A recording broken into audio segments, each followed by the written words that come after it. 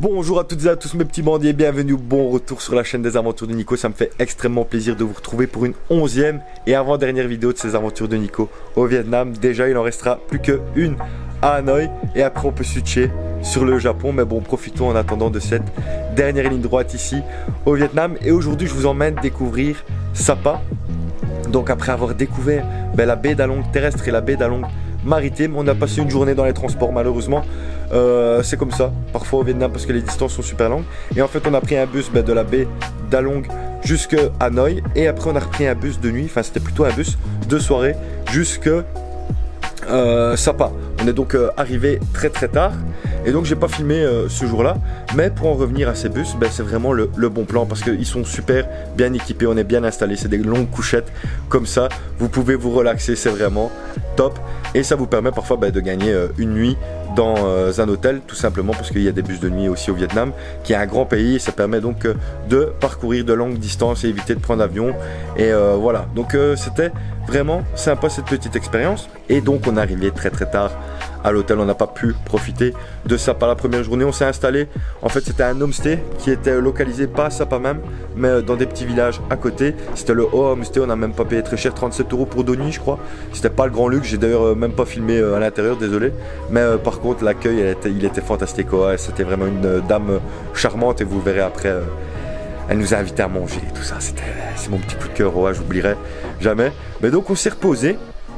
Et le lendemain, on a pu attaquer la découverte de Sapa.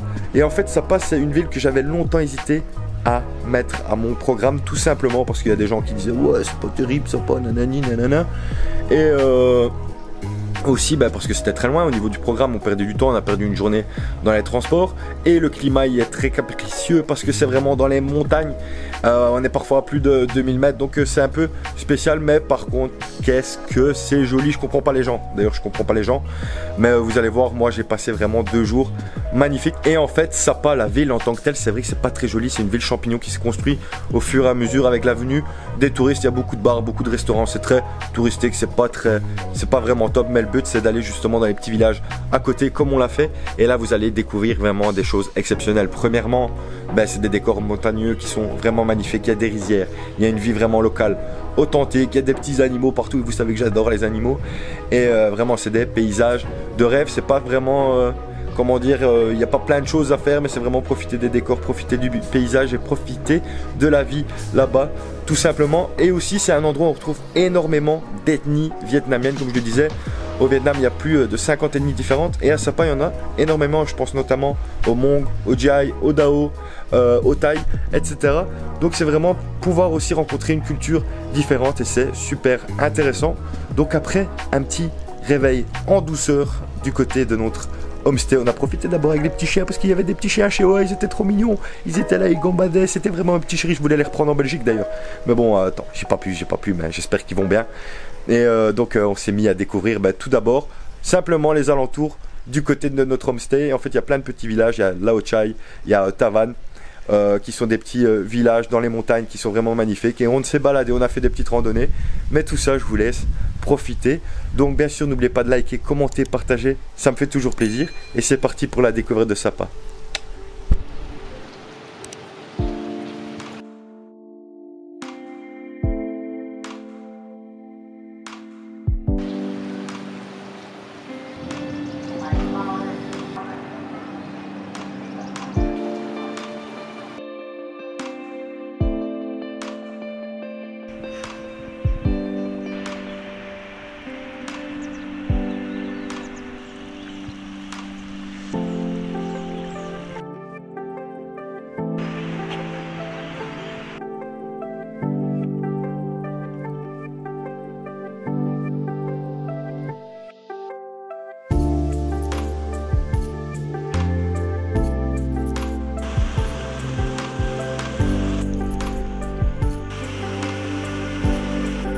Pas si évidente que ça les petites balades ici, ça monte fort, ça descend fort, ça glisse. On fait attenzione, attenzione.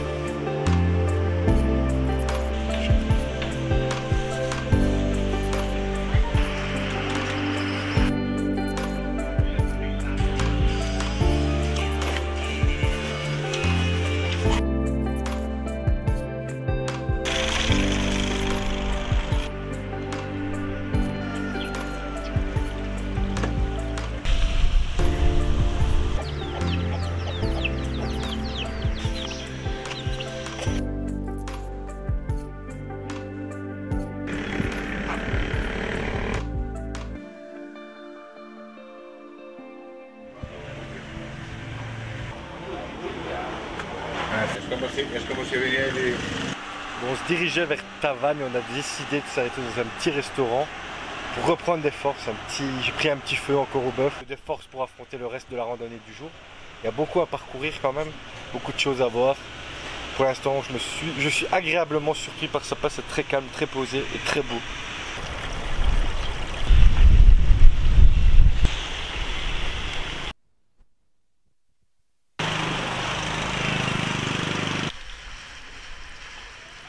On a déjà rencontré pas mal d'ethnies sur le chemin, beaucoup de monde, d'ailleurs c'est plus de 50% de la population ici à Sapa. Elles sont habillées tout en noir avec quelques couleurs et on retrouve beaucoup de djian je pense, aussi avec des petits chapeaux colorés etc. et habillés tout en couleurs. Et en fait elles vous proposent à chaque fois de vous guider un petit peu dans la montagne etc. Il suffit juste de les esquiver pendant 5 minutes et après elles vous laissent tranquille, sinon elles vous suivent et elles vous montrent un petit peu certains endroits. Mais si vous avez bien préparé votre planning et que vous savez où vous voulez aller, je pense pas que vous en avez besoin.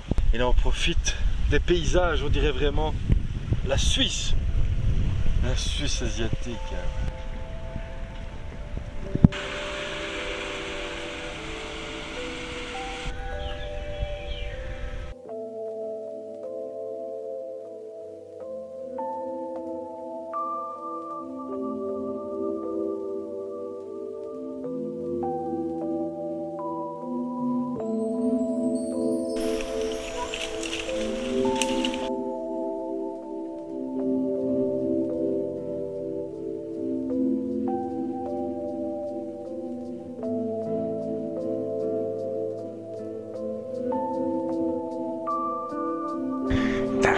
Moi mes chemins cons là.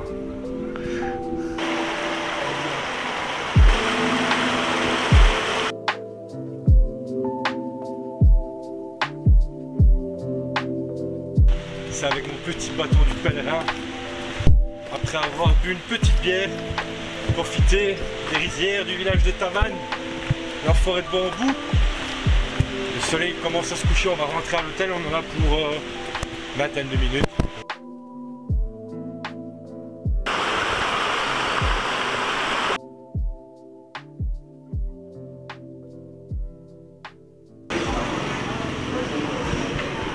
Après cette première journée basée sur les découvertes des paysages, des petits villages et tout ça, et surtout des petites ethnies locales avec ces mondes qui sont caractérisés par leur tenue bleu indigo, leur tenue foncée, ces djaïs aux petits chapeaux, etc.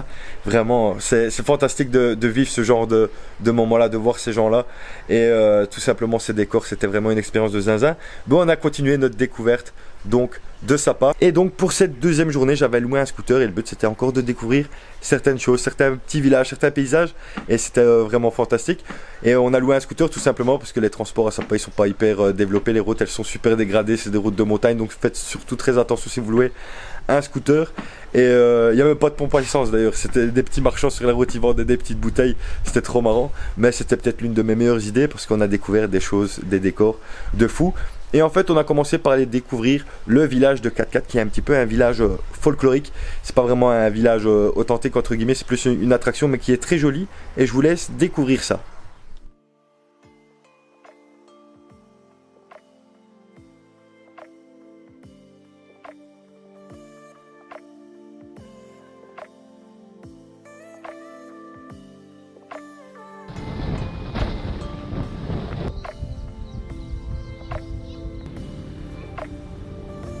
Et ça c'est le téléphérique pour Fansipan qui est une des plus grandes montagnes de Sapa en fait.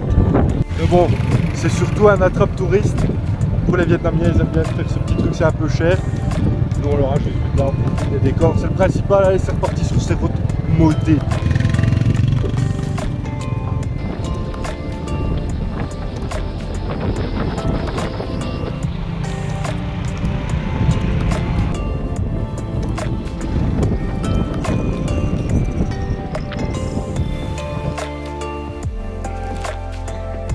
J'ai l'air ridicule avec ce petit casque.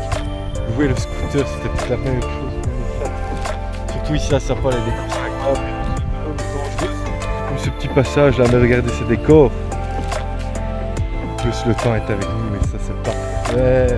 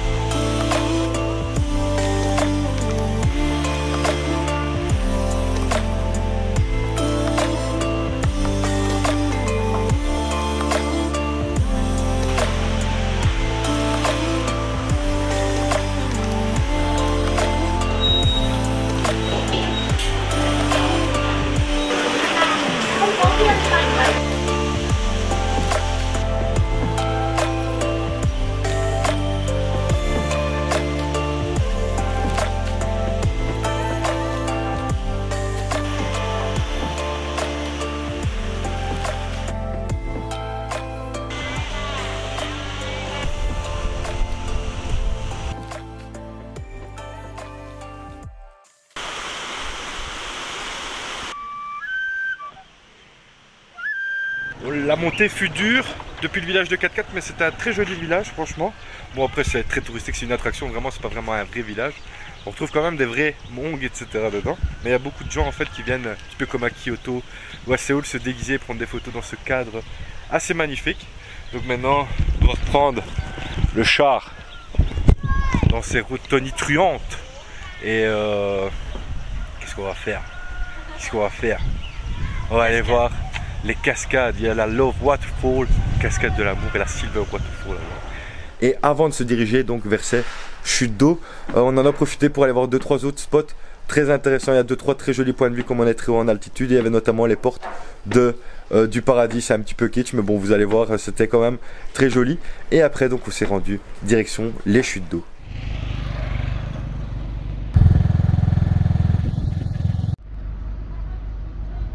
On a été jusqu'au pont en verre, mais c'était 400 000 l'entrée, donc 16 €. Il fallait encore tout monter, ça va prendre du temps, c'est un grand parc en fait, donc je sais pas si on va le faire. On va plutôt aller voir des points de vue.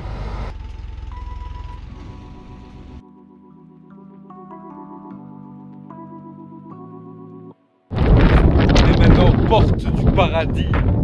Il y a du vent, c'est le paradis. On a payé 120 000 donc l'entrée, donc plus ou moins 5 €. On va voir ce que ça vaut.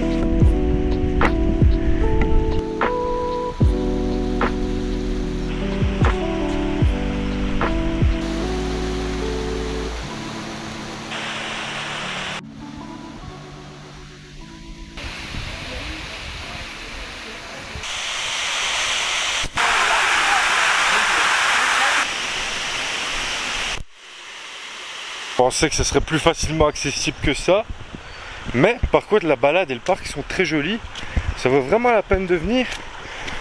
En plus il fait super beau, c'est vraiment agréable. Cette petite balade champêtre est vraiment de qualité jusqu'aux chutes d'eau de l'amour. Je vous conseille vraiment de venir ici.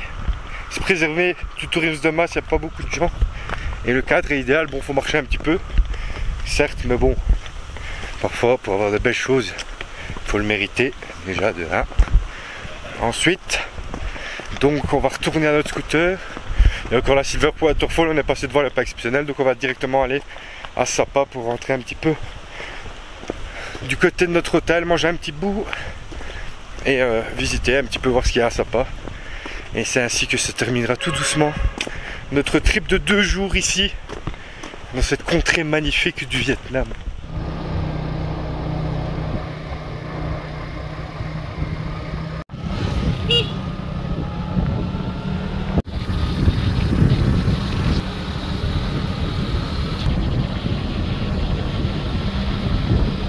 C'est arrêté un petit spot bien charmant pour 20 000.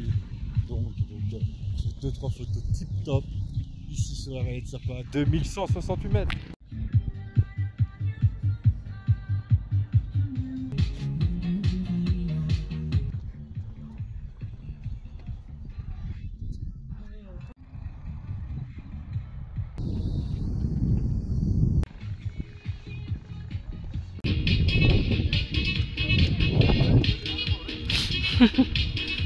Et donc après cette magnifique journée au travers des décors de Sapa, la découverte des petits villages, des points de vue et tout ça, on est rentré tout doucement du côté de Sapa. On a d'abord découvert un petit peu la ville parce que je voulais voir un petit peu à quoi ça ressemblait. Effectivement, on a été manger un bout aussi, c'était beaucoup de bars, beaucoup de restaurants, mais c'est très joli, étonnamment c'est super bien illuminé, c'est ce charme vietnamien qu'on retrouve un peu partout avec ses lumières. Et après on est rentré à l'homestay prendre nos affaires parce qu'on reprenait un bus de nuit pardon, direction Hanoï pour la dernière partie, les derniers jours du voyage. En tout cas Sapa c'était vraiment un très beau souvenir. C'est peut-être au départ on devait pas y aller, mais ça reste peut-être l'un de mes meilleurs moments au Vietnam. C'était vraiment assez exceptionnel. Et donc tous les gens qui disent oh ouais mais Sapa nani, chacun a son expérience en fait, et peut-être que Hajang c'est mieux pour les points de vue etc. Mais ça me laissera toujours un très beau souvenir. Je suis content de l'avoir partagé avec vous. C'était une vidéo un peu plus contemplative qu'explicative. J'ai encore eu des petits problèmes de micro etc. Donc voilà, je suis intervenu encore une fois un petit peu post-scriptum. Mais voilà, c'est comme ça. En tout cas, j'espère que ça vous a fait plaisir de voir cette vidéo. Et on se retrouve pour la dernière vidéo des aventures de Nico au Vietnam. Très bientôt. Je vous fais la bise. Prenez soin de vous et ciao.